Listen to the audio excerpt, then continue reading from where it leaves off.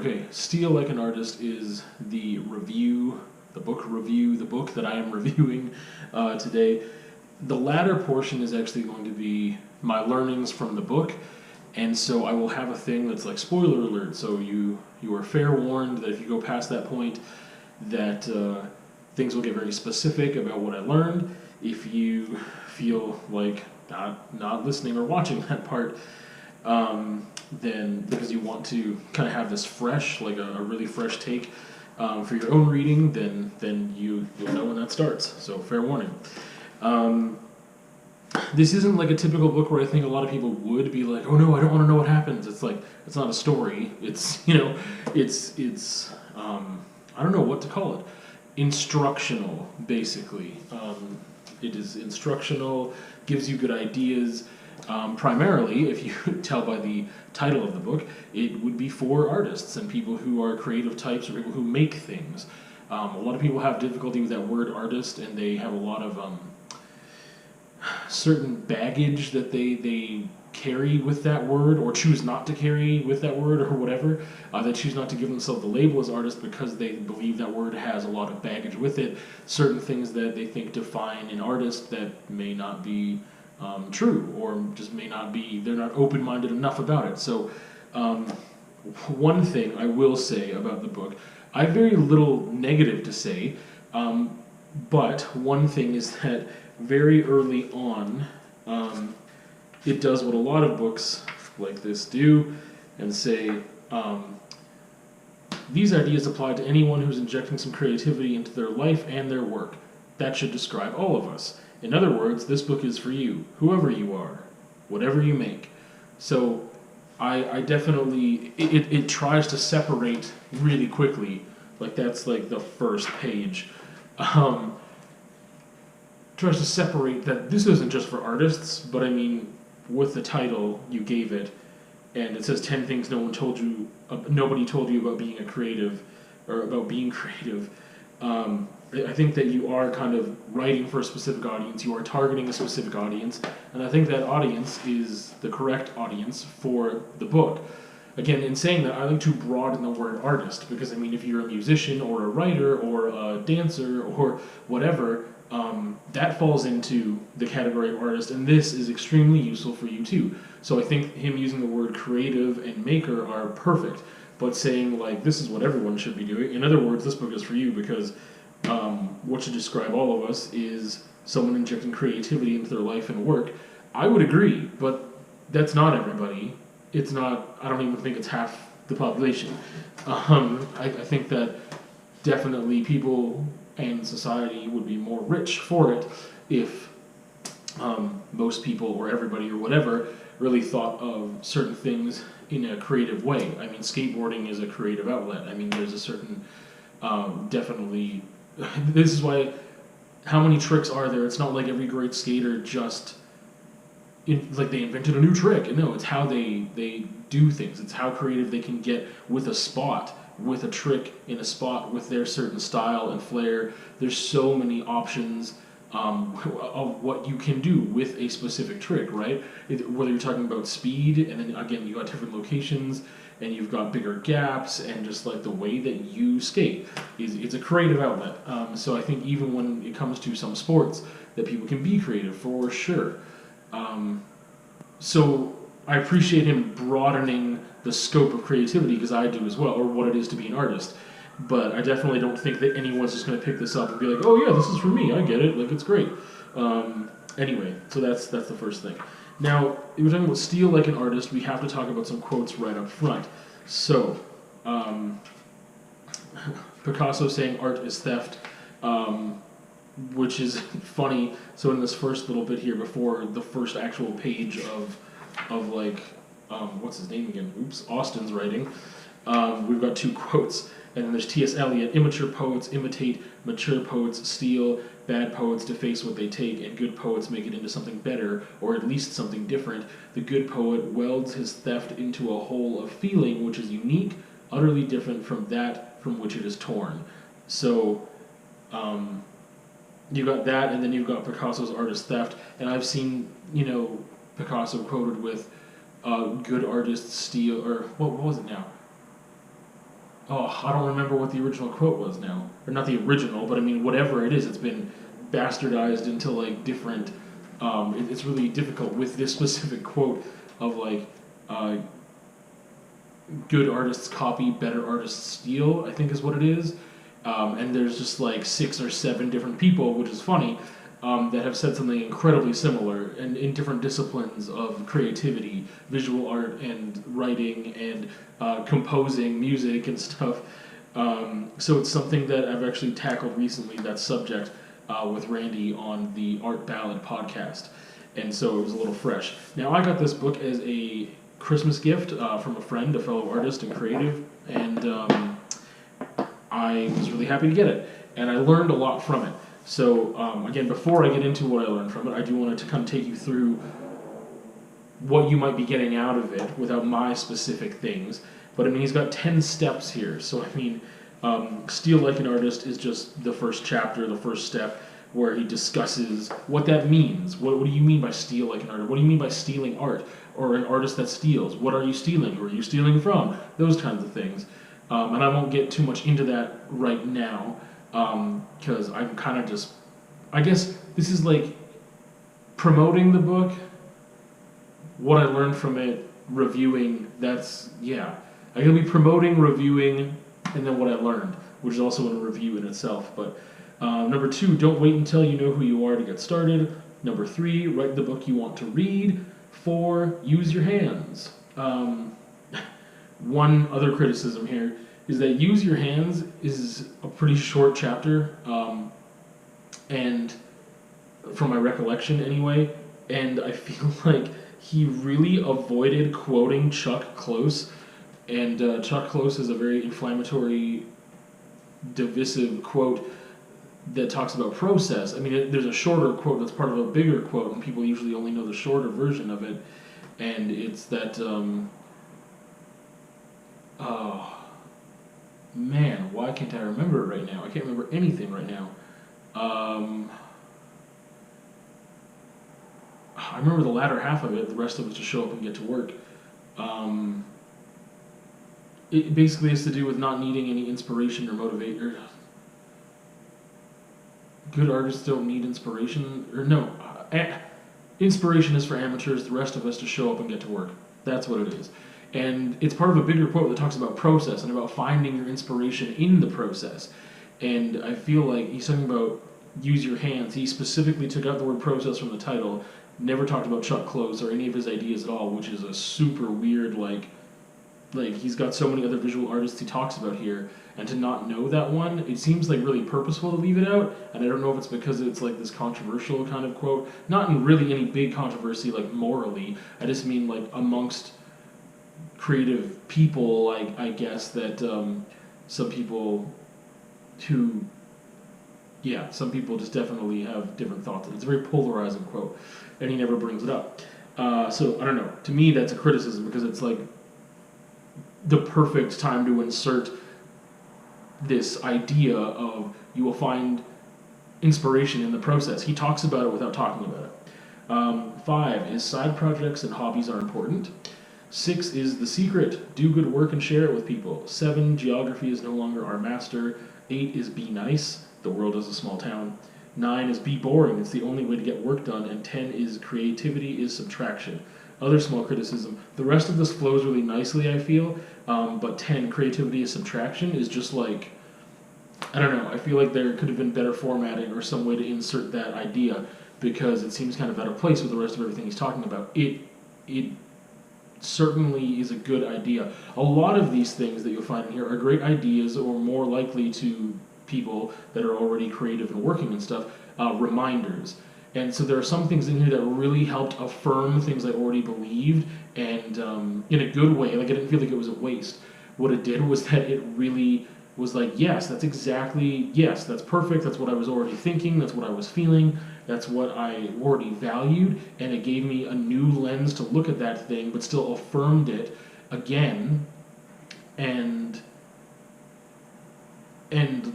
like made me double down on it in a way that I don't want to forget it now, that I wanted to write notes about it, that I wanted to share it as well. So again, a lot of great ideas for maybe the new creative or the new maker or the new artist. Definitely a lot of great stuff in here. Also, if you are already a little more established and you've been on your creative journey for a while, this is still incredibly beneficial because you can get some new information out of it, or just a new, slightly different angle on some things you might have already been used to. And then some of it is just really great reaffirmation. There's some really great quotes in here too. I will also say, for me, this book is a little top heavy because there's a lot of great quotes and stuff at the beginning and stuff that really was like reaffirming and making me look at things. And the end, even in the chapters, you can kind of tell, do good work and share it with people, be nice, be boring. And it's like, be nice and be boring. Like, be boring actually has like one of my favorite quotes in this book. But they're very like simple concepts that are just like, I don't know, they're not, for me anyway, they didn't seem very rich with like new stuff or different ways of looking at stuff or reaffirming it in a certain way that made me really, really ponder things and think. A lot of that stuff is very skippable, which leads me to another point. I reread this whole thing again today. It was more of like skimming, but some of like, I skimmed it today. I like read it in full. It's easy to read this in one sitting. So there are about 140 pages, but they're small pages, and I mean out of those pages, I mean there's chapter headings that are like huge. There's like diagrams and pictures. The writing like this. I mean a lot of spacing and stuff. So you can definitely sit down and read this within an hour cover to cover. While you're taking notes, it might take you a little longer, but it might just take you an hour and that's it. I tried to spread it out a little bit because I kind of wanted it as this coffee table book that I would keep in the studio, but it's really good. Like, so I didn't want to spread it out too much because I didn't have to. But if I knew if I did it all in one sitting, I wouldn't really let the stuff stick with me long enough. And because it is a really great book and I really wanted to share it, I wanted to go through it again. But also, I wanted to go through it again for my sake, so that I can take notes. Usually, for a review or anything, I'm doing it right after I've read something, and I've probably only read it once. But again, the first time I went through it, I was like, oh, these are really good quotes and stuff. But I didn't like take notes. And this time I took notes. Just 2 pages of notes, nothing crazy. And out of those 2 pages, I would say a quarter of it, if not more, maybe a third of it are quotes from people. And other stuff is like notes that I made summarizing an idea or 2 of his, of Austin's. So he's got another book out as well, which I don't remember. Oh, it's Show Your Work. And it's more about social media and handling that and stuff, which he talks a little bit about here as well. So the notion of steal like an artist and what that means, that is maybe 50% of this book, maybe more. I feel like there's at least a quarter of this book that isn't anything to do with that. So like when he talks about social media stuff, it's very little, but there's a couple different times where there's like these little things that have nothing to do with stealing like an artist. Or Be Nice, that chapter, I feel like has nothing to do with stealing like an artist at all. So again, there's a little more criticisms in there, but like I said, overall, this is a really, really good book. I rated it a 4 out of 5 on my Goodreads, and I have a longer, or not a longer, not at all. This is much longer, but I have a paragraph in there that just kind of like has my review there, which is pretty short. But yeah, I think right now I'm going to go into my learnings. I guess before I do that, again, this is a really good book, and I've already told you why I think it's a really good book. Now I just kind of want to go through the couple pages of notes that I had to tell you what I learned from it. Some people, reading isn't their bag. I don't know if it's an Audible book, and maybe you'd rather just kind of take a peek at what I learned, and maybe it'll inspire you to read the book anyway, or maybe you can just take some of the bits that I learned and then apply it, or whatever. But I'm going to go through the things that I learned. So right now, if you're listening to the podcast, obviously you're not going to get the visual of the spoiler alert thing coming up here. But the rest of this stuff, like I said, it's weird to call it a spoiler alert, but I'm going to go through some of my learnings that I found in here. Again, there's not a lot, it's just 2 pages, but from a book that, you can read in an hour, I found that, like, Some of the stuff was really, really great. And so, and it's in chronological order from beginning to end. So one of the things I wrote down was when you look at the world through a lens of what's worth stealing and what's not, you don't necessarily see good and bad. And that was the thing that he brought up. Because when we talk about stealing like an artist, we're talking about basically, and we'll get more into detail too with stuff that was really great and affirming, but we're talking about stealing ideas. Like I said, you check out the Art Ballad podcast that talks about this. What was it?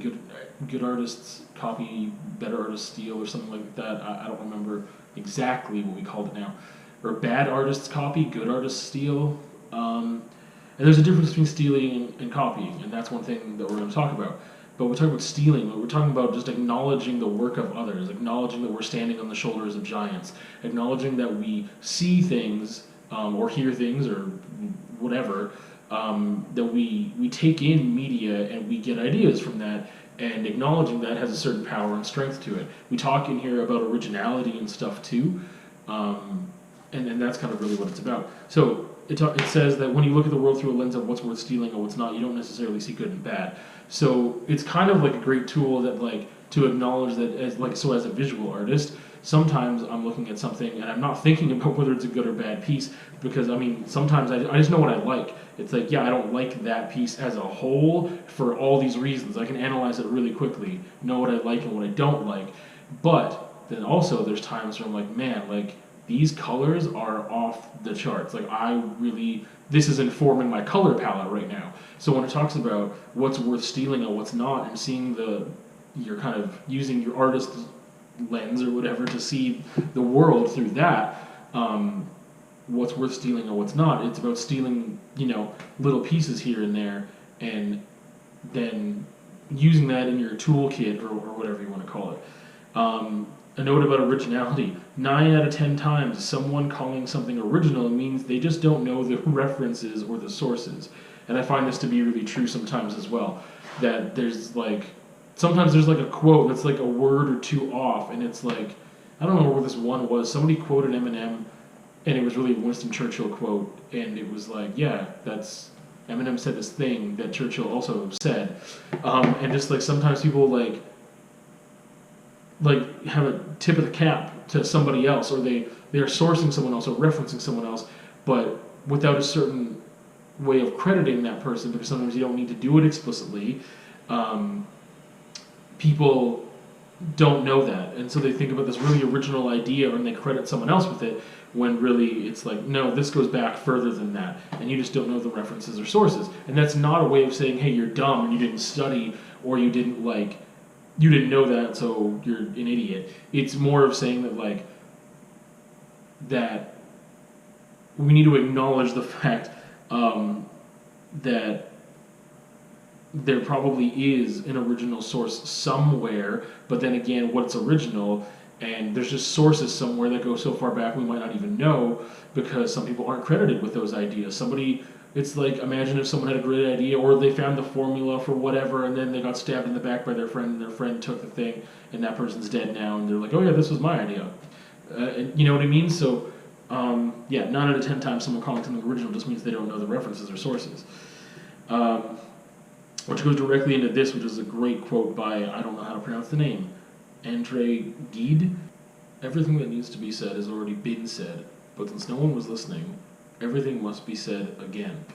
I really enjoyed that, because it's an acknowledgement too of I get really scared, and I don't like the notion of originality isn't real, because I think it is, and I still hold on to that. But this, for some reason, these ideas help me being okay, it helps me, I guess, explain originality better in some ways, but also comforts me in okay, if originality isn't real or whatever.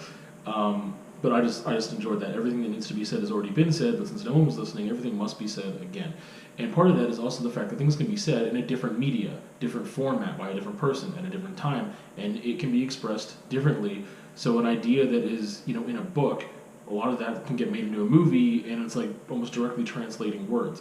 But what if I'm taking the idea from a song and putting it into a visual, or vice versa, right? that those ideas or the things that we get, that the feelings that we get or ideas we get from one media, we can be the translator into a different media. Genealogy of Ideas is just the notion of who and what you choose to let influence you. So when people talk about their circle, and like, I know that there's a Questlove quote in here, and it's like, the only mofos that I keep around are people I can learn from, something like that. And I was like, yeah, that's perfect. So just an affirmation there. This one is kind of, this will seem really out of place because I'm not going to go into everything, but he talks about collecting stuff, and an artist like collects things. But I just noticed, I really enjoyed how he basically set apart a hoarder collects indiscriminately, an artist collects selectively. And I just like that because, again, it affirms, yes, I'm collecting things, not just ideas and whatever, but physical things, but they're selective, they're for a purpose, and sometimes I don't use them for years, and I'm like, I'm so glad I have this thing. Anyway, dead or distanced mentors can't refuse your apprenticeship. You learn whatever you want from them. And so I thought that was really cool too, because we're talking about stealing ideas or whatever, or using these references and these sources and whatnot, that he talks about how like these people left their lesson plans in the work, and so that by taking in these people's work and by doing that type of research or just enjoying it as a type of research too, that you are learning from these people and they can be like your mentors without you being able to have a back and forth. It is better to take what does not belong to you than let it lie around neglected, which is Mark Twain. So I'm really curious if he ever is referencing something here that he's ever taken from somebody that was neglected. Like, if there was an idea or if there was a certain combination of words or a quote or whatever that was lying around and no one was paying attention to, and he picked it up and put it in his work and then maybe became famous for it. The difference between copying, the types of copying, practice versus plagiarism. So practice is like reverse engineering. So he talks a lot about copying stuff and how like when, especially if you're a child and you're like tracing stuff or you're copying whatever. And again, that's like reverse engineering. It's like figuring out, how do I make this thing? How do I draw this thing? How do I whatever? And plagiarism is, taking credit for someone else's work, which we're familiar with that. But I thought the notion on copying was interesting, because this is really broadening my mind about how I feel about originality and about people copying and stealing and blah, blah, blah, blah, blah. And part of that is because I feel like, for me, I've been really annoyed before in university because I had a prof who kept asking, who are you looking at? Who are you looking at? And I was like, I'm not looking at anybody. Like, my stuff, I'm not, it's not like, I've been looking at Rothko a lot, and so that's informing my work. I haven't been looking at anybody. Not with that type of focus at all, like some of the other students were. So it always bothered me, and this is just this thing of like, I understand why some students or people or whatever need to do that, and it kind of opens me up to wanting to do it more, to be okay with it, because I know in the end it's not like, I think that it'll help me in my work, which is funny because usually people start at this stage of copying and then it grows into something else, where I feel like I was, at certain points in my life anyway, there wasn't like a certain inspiration or influence that I can draw to and say, these people are the ones that I was looking at and they helped inform this work. It just wasn't there. If you rip off 100 people, everyone will say you're so original. Gary Panter. And the first part of that quote talked about how, like, if you rip off one person, they're going to say you're the next whoever. But if you rip off 100 people, and I think that's a really important thing too, is like, you can use all these influences and specifically take certain elements from a lot of different people, but it's your unique combination of them that makes it an original work. If you don't believe in originality whatsoever, that's one way to look at it. This is one of my favorites right here. Don't steal the style, steal the thinking behind the style. You don't want to look like your heroes, you want to see like them. So this was this really great affirming thing, because I've always said, like, I talk about Jackson Pollock a lot as informing this notion of evidence of art, and how the art was sometimes the act of creating, and what's left over is the evidence of that act. And that really informed me a lot in university, but I hate his work. Like, I shouldn't say I hate it. I really dislike the evidence of his art. I dislike the paintings. I don't like them. I respect them. I understand them. But I would, if someone offered me one, I would take it for its value and not for its visual. For its monetary value, not for its visual aesthetics. Like I don't think, I don't like the aesthetics of them. I don't like looking at them. They don't do anything for me that way. So it's not like I'm like, yeah, I really love Jackson Pollock because I love looking at his paintings. I don't. So it's not about stealing the style in that aspect, but that idea of his rang true with me so much. And then over time, I've adapted that into my own way of creating and seeing things as well. Conan O'Brien actually here's quoted this great thing. It is our failure to become our perceived ideal that ultimately defines us and makes us unique. So he's saying even though our perceived ideal might be someone else, we're going to fail at that. We can't be that person. It's just not going to work. And if you have the right attitude about it, then that failure to be that ideal is what makes us a unique and original person. Avoiding work and procrastinating is a way to focus the mind. There's this little part in here in one of the chapters that talks about procrastinating and like whatever you're doing to procrastinate is probably what you should just be doing all the time, which I don't agree with 100%. Some people procrastinate clean, some people procrastinate or procrastinate, but I mean like I don't think I should be cleaning as a career just because I'm using it as my procrastination, you know what I mean? But I do agree with the fact that avoiding work by procrastinating is sometimes a way to focus the mind to go back into that work. Again, it's all about who you are as an individual and your attitude about these things, but I believe that can be a thing and a very positive thing. Some social media stuff here. Wonder at something and invite others to wonder with you. So I think that is a tool that I have tried to use and get really frustrated with because I don't have a lot of people engaging with the wondering with me, but this reaffirms that it's something that maybe I need to approach differently because I do believe it has value. Giving away your secrets is another thing. He talked about Bob Ross and he talked about Martha Stewart and it's like these are the things, this is my process, this is how I do stuff. He says that if you don't want to give away your secrets, give away the dots, don't connect the dots.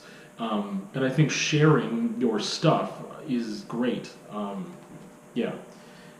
Make your brain uncomfortable by trying new stuff, seeing new stuff. He talks about traveling here and seeing things that you haven't seen before, and I think it's really important to make yourself uncomfortable even if you're not traveling. I think that's why sometimes like taking in certain media, certain movies or whatever, putting yourself in certain situations, talking to different people with different points of view is really important.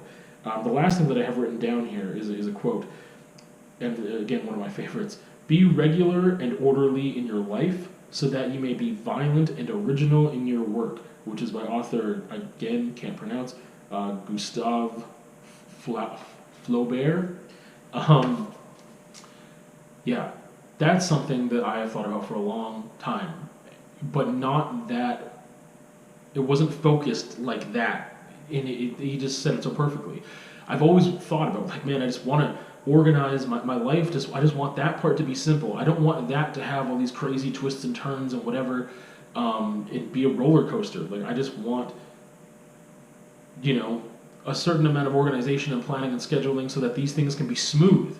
Because if those things are smooth, I have the time and the mental and emotional, creative energy to get wild with my work. But if it happens the other way around, that's the thing. That's what happens.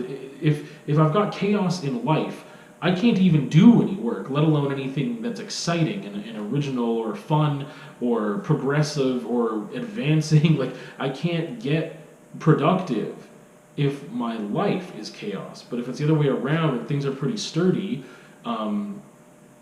if they're fairly stable, then one thing, that was the thing before that, is making yourself uncomfortable. If things are so stable and boring, because I think this is the chapter of be boring, you need to do things to challenge yourself, which I'm good at doing that stuff for the most part. And obviously life will throw challenges at you that you just have to figure out, and that's great, but if you can minimize the amount of difficulty and chaos in your life on an everyday basis, you should. And especially, I just find it so draining for me. It doesn't inspire me. Like, life's challenges that happen are different than certain people in your life maybe draining you, or you not caring enough to create a schedule and a plan and organize yourself in a way. We can definitely be a detriment to ourselves in so many ways for that chaos. It's not just about other people, but a lot of these ideas link together. Keeping your circle small with people who challenge you is great. I don't want to have dramatics in my life with people that are draining me. I've got enough other things happening. So that's one of the things that is, yeah, that's the last thing I'm going to leave you on from the book was like, yeah, if you are, what was it again?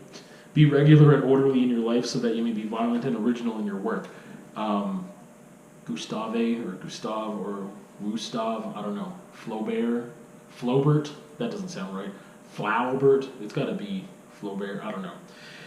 Anyway, so those are some of the learnings the things that I took away from it, and I want to like reference these things again. I like never take notes when I'm reading books. Then again, I don't read books like this. So it's a great little book. It's not going to cost you an arm and a leg. It should be under $20 Canadian anywhere you go. And the other thing, like I said, there's another book that he wrote. I don't plan on reading that, or another book like this. I guess it's called Show Your Work. However, there also is the Steal Like an Artist Journal, a notebook for creative kleptomaniacs. And I ordered that because it has prompts. And one of my new things since last year is having writing books that have prompts. I really enjoyed those little challenges to answer those questions in a creative way. So I haven't received it yet, but I've ordered it. And anyway, Austin, I don't know how to pronounce the last name, Kleon, I don't know. I felt like this is a really great work, a really great book. Again, I already gave you my criticisms of it. I still give it a 4 out of 5 on Goodreads. It's short, it's sweet, it's very well put together for the most part. I enjoy it aesthetically, it's very pleasing, and it's really rich with great ideas. So there you go. We'll see you on another time.